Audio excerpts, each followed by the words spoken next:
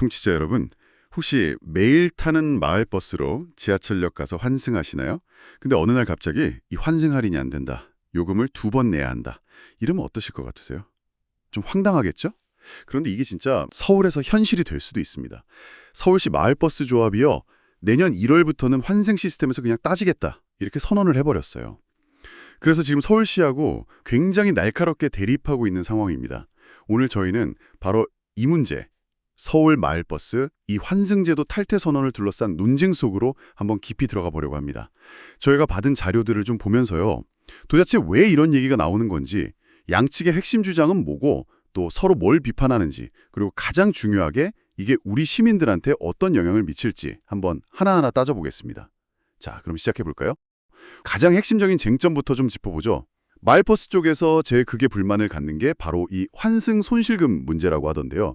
그러니까 환승하는 승객들 때문에 재요금을 다 못 받아서 손해가 너무 크다, 이런 얘기죠. 지난 20년간 쌓인 손실액 추정치가 무려 1조 원. 정말 상상하기 어려운 액수인데 이게 어떻게 계산된 겁니까? 네, 그 1조 원이라는 액수, 이게 마을버스 업계가 자체적으로 쭉 계산해본 누적 손실액이라는 건데요. 핵심 논리는 이렇습니다. 원래 마을버스 타면 요금이 1,200원이잖아요. 근데 승객이 이걸 타고 지하철이나 시내버스로 갈아타면 환승 할인을 받죠. 이때 마을버스 회사가 실제로 정산받는 돈은 평균 잡아보니까 한 600원 정도밖에 안 된다는 겁니다. 그러니까 승객 한 명 태울 때마다 원래 받을 수 있는 돈의 절반 정도를 손해본다. 뭐 이런 계산인 거죠. 이런 손해가 지난 20년 동안 쌓이고 쌓여서 1조 원이 됐다. 이런 주장입니다.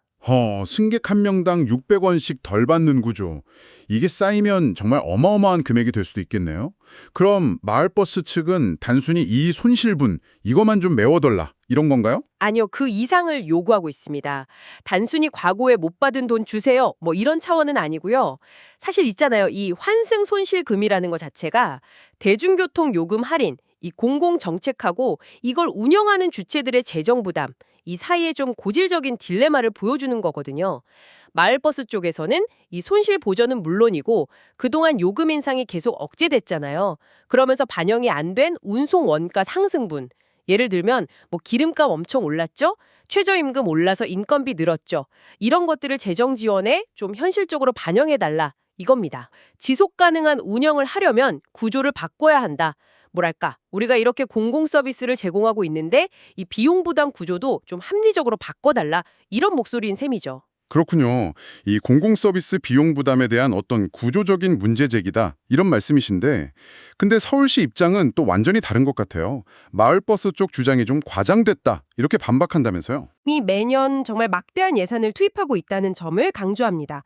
시내버스, 마을버스 포함해서 대중교통 시스템 전체예요. 마을버스 역시 이 재정 지원의 혜택을 받고 있다는 거죠. 연간 한 1,000억 원 정도 되는 지원금이 마을버스 운영 개선 같은 데 쓰이고 있다, 이렇게 밝히고 있습니다. 1,000억 원 지원도 결코 적은 돈은 아닌데요. 그럼 서울시는 왜 마을버스가 이렇게 아우성이냐, 이렇게 보는 걸까요? 환승 손실금 때문이 아니라면 혹시 다른 이유가 있다고 보는 건가요? 바로 그 지점이 이 논쟁을 좀 더 복잡하게 만듭니다. 서울시는 마을버스 경영난의 원인이 꼭 환승 손실금이나 뭐 유가 상승 같은 외부 요인값만은 아니다, 이렇게 보고 있어요. 오히려 일부 마을버스 회사들의 내부 운영 문제, 특히 그 회계 처리의 불투명성, 이걸 아주 강하게 지적하고 나섰습니다. 이 부분이 이제 두 번째 핵심 쟁점으로 넘어가게 되는 거죠. 구체적으로 어떤 내용인데요? 이게 서울시가 최근에 조사를 했는데 그 결과가 상당히 좀 충격적입니다. 전체 97개 마을버스 회사가 있는데 그중에서 3분의 1이 넘는 36개 회사에서요, 대표나 뭐 임원 이런 관계자들이 회사 자금을 개인적으로 빌려가거나 좀 부적절하게 쓴 정황이 드러났다는 겁니다. 네. 개인적으로요? 네, 그 규모가 무려 총 201억 원에 달한다고 밝혔어요. 201억 원이요? 와. 회사 돈을 그냥 개인 돈처럼 썼다는 건가요? 그게 사실이면 이거 정말 심각한 문제 아닙니까? 그렇죠. 그럼 당연히 경영난을 호소하는 그 진정성에도 좀 의문이 생길 수밖에 없겠죠. 네, 그렇죠.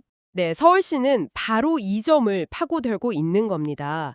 물론 뭐 코로나 때문에 승객 줄고 기름값 오르고 이런 외부 요인도 경영난에 영향을 줬다는 건 인정해요. 하지만 이렇게 수백억 원대 회계 부정이 드러난 상황에서 무조건 재정 지원만 늘려달라는 요구는 받아들이기 어렵다. 이런 입장입니다. 먼저 이런 부적절한 관행부터 좀 뿌리 뽑고 경영 투명성을 확보하는 게 먼저다. 이게 선결 과제다. 이렇게 주장하는 거죠. 아, 어떻게 보면 밑빠진 독에 물 붓기나 할 수 없다. 이런 논리입니다. 듣고 보니까 정말 입장이 첨예하게 갈리네요. 마을버스 측은 외부 요인 그리고 지원 부족 때문에 우리는 정말 생존 위기다 이렇게 절박하게 호소하는데 서울시는 아니다. 내부의 어떤 도덕적 해이, 방만 경영 문제부터 해결해라 이렇게 맞서고 있는 거고요. 이걸 듣는 청취자 여러분께서도 누구 말이 맞는 거지? 이런 생각이 드실 것 같아요. 그렇죠. 똑같은 경영난이라는 현상을 두고 원인 진단하고 해법 제시하는 게 이렇게 극명하게 엇갈리는 겁니다. 사실 뭐 이런 문제는 공공 서비스 성격이 좀 강한 민간 위탁 사업에서 종종 발생하는 딜레마이기도 해요. 공공성을 확보하려면 일정 수준 재정 지원은 필요한데 그 지원금이 과연 투명하고 효율적으로 쓰이고 있느냐, 여기에 대한 감시와 책임 요구도 당연히 따라오니까요. 이런 팽팽한 줄다리기 속에서 결국 마을버스 조합이 꺼내던 카드가 바로 환승제도 탈퇴라는 거잖아요. 이건 정말 뭐랄까 초강수라고 할 수밖에 없는데 시민들 불편한 거 뻔히 알 텐데 왜 이런 결정을 내린 걸까요? 정말 이게 최선이라고 생각하는 걸까요? 마을버스 업계는 이게 우리 생존을 위한 마지막 몸부림이다 이렇게 주장합니다. 수년간 재정 지원 좀 현실화해달라고 요구했지만 받아들여지지 않았고 이대로는 더 이상 노선 운영 자체가 불가능하다는 거죠. 물론 환승 중단되면 시민들이 당장 불편하고 요금 부담 늘어나는 거, 미안하다. 하지만 아예 버스 노선 자체가 사라지는 최악의 상황보다는 낫지 않겠냐. 뭐 이런 논리입니다. 하지만 시민들 입장에서는 이거 우리를 볼모로 잡는 거 아니냐 이런 비판이 나올 수밖에 없을 것 같아요. 대중교통인데 자기들 요구 관철하려고 시민 편익을 해치는 결정을 하는 게 맞느냐 이런 거죠. 정확합니다. 서울시하고 또 다수의 시민단체들이 바로 그 점을 아주 강하게 비판하고 있습니다. 대중교통은 설령 사기업이 운영하더라도 본질적으로는 시민의 이동권을 보장하는 공공재다. 이런 인식이 강하잖아요. 그런데 운영 주체가 자기들 이익을 위해서 시민 전체의 편익, 특히 이 대중교통 시스템의 거의 근간이라고 할 수 있는 환승 할인 제도를 무력화하겠다.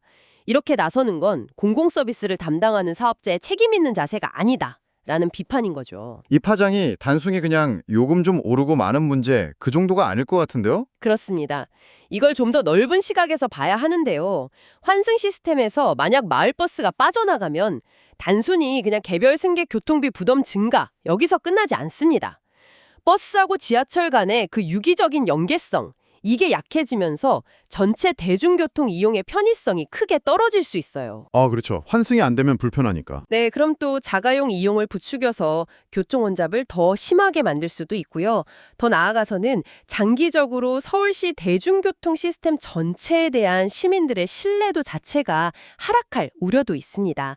심지어 일부에서는 이렇게 불편해진 마을버스를 결국 시민들이 외면하게 되면서 오히려 마을버스 업계 스스로에게도 부메랑이 될 수 있다. 이런 지적까지 나와요. 이게 처음엔 그냥 돈 문제인가 싶었는데 파고들수록 공공 서비스의 본질은 뭐냐, 또 민간 위탁 운영의 딜레마는 뭐냐, 시민 편익과 사업자 생존권 사이에서 어떻게 균형을 잡아야 하나? 이런 근본적인 문제들이 다 얽혀 있는 것 같습니다. 그래서 이게 다 우리에게 뭘 말해주고 있는 걸까요? 결국 이 사안은 지속 가능한 대중교통 시스템을 어떻게 만들 것인가 하는 아주 큰 질문을 우리에게 던지고 있습니다.